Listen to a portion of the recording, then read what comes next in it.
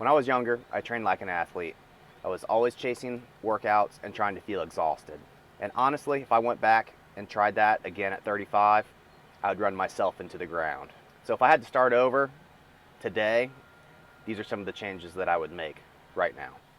First thing I would do, I would not chase certain workouts and I would not chase after certain programs trying to smoke myself every day. That exhaustion will not build anything when you're in your mid-30s. It just makes you more tired. The number one thing that I would do is focus on getting stronger.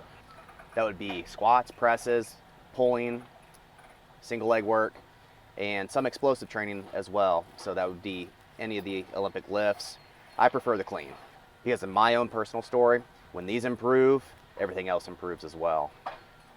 Second thing I would do, I would focus on training 3 to 4 times in a really quality type training session.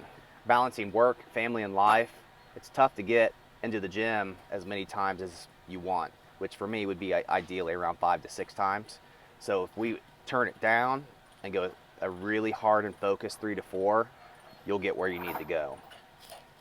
Number 3, I would focus on recovery. Sleep, mobility, and not destroying myself after every workout. As you age, your body just won't recover like it used to. Not to say that it can't, and you can do some things that can foster the recovery. It's just the reality of it. So recovery would be a major focus for me. Fourth, I would not complicate things at all when it came to the lifts.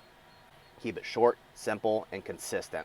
Keep the lift simple, have 1 or 2 supersets in there, but keep the supersets really tight and correlated to each other. A lot of my failures were because I started to switch things up instead of just being consistent with the lifts that I knew that I needed to do.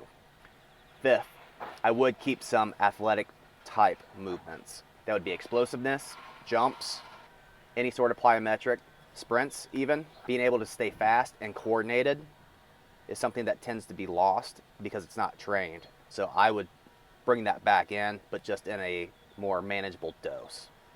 When I started making this change, that's when everything started going in the right direction for me. I quit chasing workouts and started chasing after strength. And hilariously, all of my symptoms got better. More energy, less pain, and not as tired. So if I had to start over again at 35, I wouldn't prove how hard that I can train. I would try to prove how long I can train.